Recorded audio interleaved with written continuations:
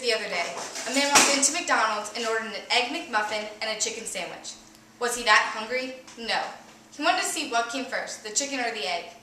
For many years, people have wondered what comes first, the chicken or the egg. In my family, the chickens came first. Last year, we decided we were going to purchase chickens. After some research, we purchased 6 chickens and began our barnyard in our backyard. There are a few basic principles you need to know in order to raise chickens. The first one would be selecting a breed. The second one would be constructing housing for the chickens. The third one would be knowing what to feed them. And lastly, you need to know how to manage the eggs. When you purchase chickens, they can be purchased as chicks or full-grown hens. Starting with chicks is less expensive than buying the same number of mature birds. Also, purchasing chickens as chicks, they will know their home territory growing up. There are 2 different purposes for chickens. People either raise eggs for meat or raise chickens for eggs or for meat. First, it is important to decide what your purpose is. In my family, the purpose of our chickens is for eggs. After you decide your purpose, the next step is selecting the breed. All hens lay eggs, however. The Mediterraneans lay white eggs and lay more eggs than any other breed.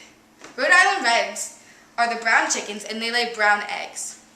This breed tends to lay 1 egg a day. We picked Rhode Island Reds because we have 6 chickens and lay 6 eggs a day.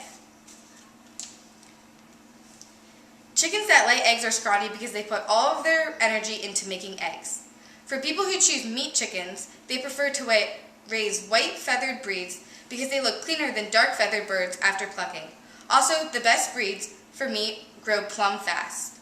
For meat chickens, there are various terms at which the stage that the bird is butchered. Broilers and fryers weigh about 3.5 pounds and are suitable for frying and barbecuing. Roasters weigh about 4 to 6 pounds and are usually roasted in the oven. There are many other types of breeds of chickens, but these are the most 2 popular. During the day, chickens tend to roam, and at night they come back to a familiar place to roost. The type of housing you provide for your chicken will be influenced by the amount of space you have and the amount of time you devote to maintain the coop. The more room the chickens have, the happier and healthier they are. Chickens generate a certain amount of odor, dust, and noise. Some laws may pertain to how far your chickens have to be from your dwelling or property line. Most people put their coop on a hill because that's how the good drainage happens after rain. Your coop should have a door that you can close and latch at night to protect the chicken from roaming predators. It should also have a few openings to provide ventilation when the door is shut. A chicken tends to roost at night. For this reason, you should have a perch. A perch looks like this. If you don't have a perch, you can use a ladder to put in your coop so that they can roost. If your purpose for chickens is eggs, you want to make sure they have a nest. A hen will lay an egg. They want to make sure that their egg is safe. If you don't supply a nest, the hen will lay an egg on the ground and where the egg will become spoiled or cracked. Once a chicken gets a taste of a broken egg, they will deliberately peck open fresh eggs. The next thing you want to know is you want to put litter in your coop. Litter is also called bedding, and it keeps the eggs clean. Litter consists of wood shavings, wood chips, sawdust, or any other absorbent material. When you clean out the coop, you can use the dirty litter in things such as garden. In our coop, we use our litter to fertilize our garden. The next basic principle is knowing what to feed the chickens. The easiest way to make sure your chickens are eating right is to buy chicken feed at a farm store. Chickens eat about 2 pounds of feed per week. Ration comes in 20 to 50 pound bags. It is a good idea to keep a little extra, but not too much because chicken food goes stale.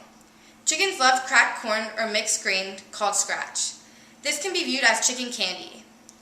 We give our chickens vegetables along with scratch. They also like fruits like watermelon and strawberries.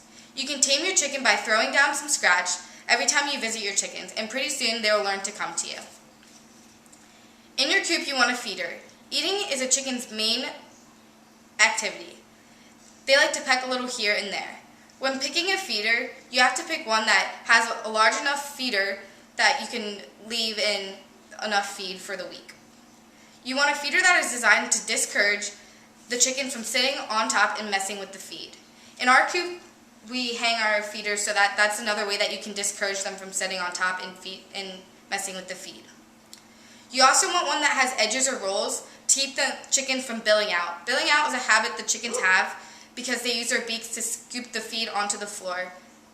And lastly, you want a feeder that is easy to clean.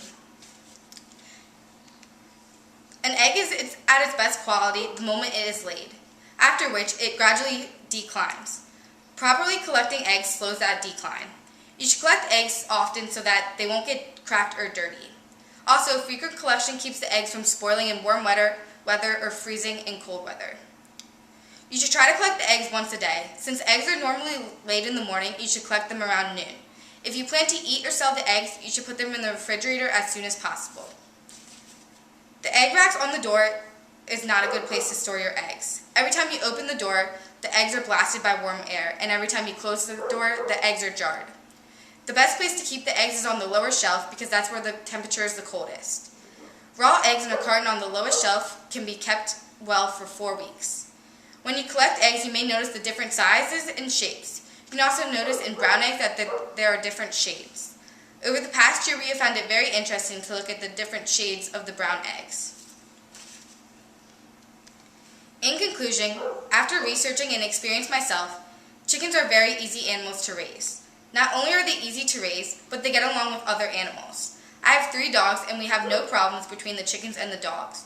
We really enjoy getting fresh eggs every day. With 6 chickens, we get about 3.5 dozen of eggs a week. Therefore, we give away actually more than we eat.